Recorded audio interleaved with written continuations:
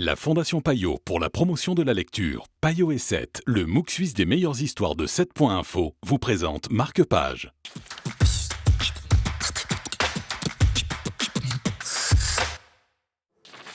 Bonjour et bienvenue dans Marque-Page. Bonjour Isabelle. Bonjour. Aujourd'hui se livre Le Service des manuscrits. C'est l'histoire de Violaine qui est éditrice à Paris. Tout à fait. On va en fait découvrir comment ça se passe quand on envoie son manuscrit.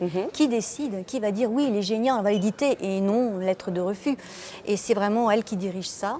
On apprend qui elle est. Elle a une quarantaine d'années. C'est une femme très sûre d'elle, qui peut paraître froide et autoritaire pour certains, compatissante et amicale pour d'autres. C'est quelqu'un qui a beaucoup de caractère et on apprend en fait comment elle est venue de sa petite province, comment elle est arrivée à ce statut-là et à ce poste-là.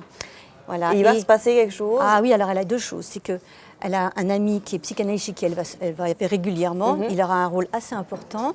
Elle a peur des avions et notamment d'accidents d'avion. Il va en arriver un, elle va en réchapper, mais elle va devenir amnésique.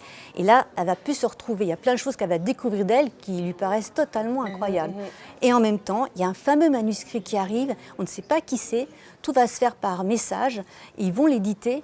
Et il va être dans la liste des Goncourt, enfin non, en tout cas dans les concourables, mais on ne sait pas qui c'est. Et en même temps, tout ce qui se passe dans ce roman commence. Il y a des crimes qui vont se perpétrer effectivement là où elle est née.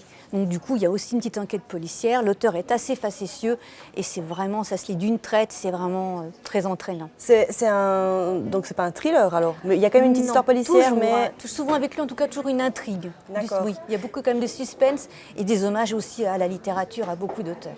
Donc ceux qui connaissent Antoine Lorrain, qui est quand même déjà un auteur connu, on reconnaît sa plume. C'est ça, on reconnaît son style. Oui. Et donc un roman vite lu, vous avez dit. Ah, on est tellement pris que voilà, c'est comme un petit tourbillon enchanteur et vraiment j'ai pris beaucoup de plaisir à le lire. On se réjouit aussi donc, c'est le service des manuscrits. Merci beaucoup Isabelle pour ce conseil dans Marque-Page aujourd'hui. À très bientôt.